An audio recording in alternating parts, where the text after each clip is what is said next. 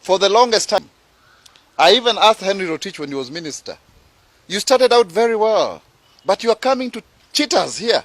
He said, Mwaura, you are the politicians who taught me how to cheat. Himself, he never lasted. He's no longer minister for finance. Ambassador Ukuri Atani was our minister here in the Ministry of Labor and Social Welfare.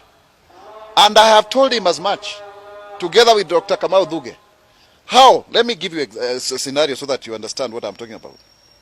How on earth do you have a 9.8 trillion economy borrowing now 8.4 trillion? The only economy that has borrowed 239% of its GDP, nominal GDP, is Japan. What do they produce? Look around. All of these vehicles, they are from Japan. What does Kenya produce? Nothing. Nothing. Children. You know, America is a $24 trillion economy. They borrowed over 20 trillion, but you know, they have the reserve currency, which is a dollar. So they are the only people who can print money. Look at Kenya. We have borrowed over 5 trillion shillings in the last 7 years. What is there to show for it? Other than just expanding the size of government. So yes, that video that you are seeing going viral, I spoke about it in February. In fact, Mheshimiwa Sankoko was asking me about it then. In December, it's still going viral. Why?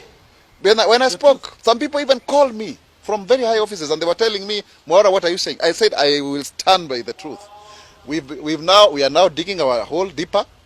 We have raised our debt ceiling to 9 trillion. We are now going to exhaust it. We will remain with about 800 billion. We are expanding the size of government. Why, for example, does the Ministry of Health require 98 billion? What for? When health is devolved. Come on, I mean, let's be serious. How do you explain the building of Dongokundu bypass at a cost of 1 billion per kilometer? Really? Are we joking? Look at this expressway. How much is it costing us? This is development corruption and voodoo economics. I mean, let's not just lie to Kenyans. People are just increasing their money. And finally, let me just say about this issue. Why don't we have a single treasury account? Because ministry departments and agencies are having accounts in commercial banks, right? Then the same commercial banks do not lend to Kenyans. They are holding government money, then still lending the same government money. Ukuri Atani has said now they should not expect payment on their T-bills, right? The interest rates. But who are the owners of these banks? Those are the questions. For the last 10 years, which huge multinational-like kind of company has grown out of our economy?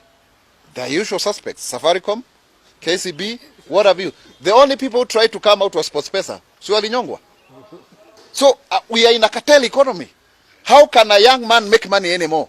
How can a young woman, a person with disability make money anymore in this economy? So tuache kudanganyana bwana, hii ni ushenzi bwana. We are a broke country and nobody should lie to you. We are broke. We cannot pay. Every road you see constructed, any development money is borrowed money. We have a 3 trillion budget. 3 trillion budget, out of which 1 trillion is going back to pay debt. Within 7 years, we've grown from less than 1 trillion budget. The first budget that was read was 1.15 trillion by President Uhuru Kenyatta when he was Minister for Finance.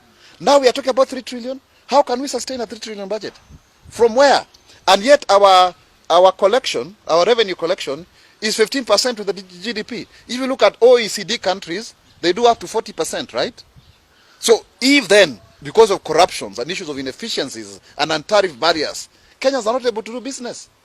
Because it's a huge corruption enterprise. We are in a hole and we are digging it deeper. I don't envy President Uhuru, by the way. I don't.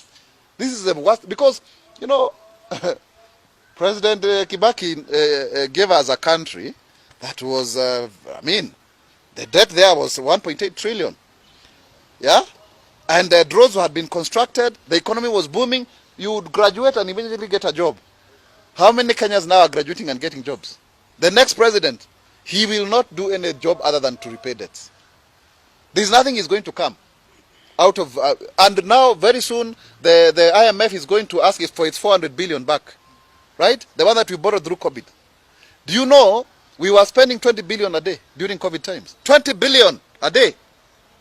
I mean, this is a joke and a serious one. There must come a time when we must put the country first. And let us not lie to each other. We can concoct about BBI and what have you, but the truth of the matter is, things are very, very bad. Thank you.